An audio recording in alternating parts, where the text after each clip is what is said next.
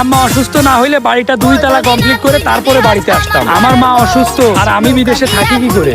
আম্মাটা যদি অসুস্থ না হইতো তাইলে বাড়িটা 2 তলা করে ফেলতে পারতাম। প্রতি মাসে আম্মার চিকিৎসার জন্য এত এত করে টাকা পাঠাই, বাড়ি 2 তলা করবো কি করে? কিরে বাড়িতে কে আসিস? বাইরে আয়। কিরে ভাইয়ের মতো কণ্ঠ লাগতেছে, আবার ভাই আসলো নাকি? এই শুভ, এইদিকে আয় তো। ভাইয়ের মতো কণ্ঠ লাগতেছে, ভাই আসলো নাকি? এটাই তো মনে হইতাছে, ভাই আসলো নাকি হঠাৎ কইরা? চল তো গিয়ে দেখি।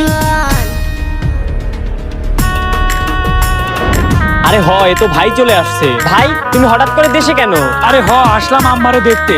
আমার জন্য পরানটা পুড়তেছিল। আম্মা এত অসুস্থ, প্রতি মাসে এত এত করে টাকা পাঠাই, একটু যদি দেখতে না আসি তাইলে কি হয়? এই জন্য হঠাৎ করে চলে আসলাম। এই রফিকুল, এবার কি করবি? ভাই যদি সব যায় না যায় তাহলে তো সব শেষ। আরে সেইটাই তো, ভাইরে এখন কি বলবো? কি রে বুঝলাম না, তোর এরকম কি বলা বলি করতেছিস? আর আম্মা কই রে? আমাকে ঘরে শুয়ে আছে নাকি?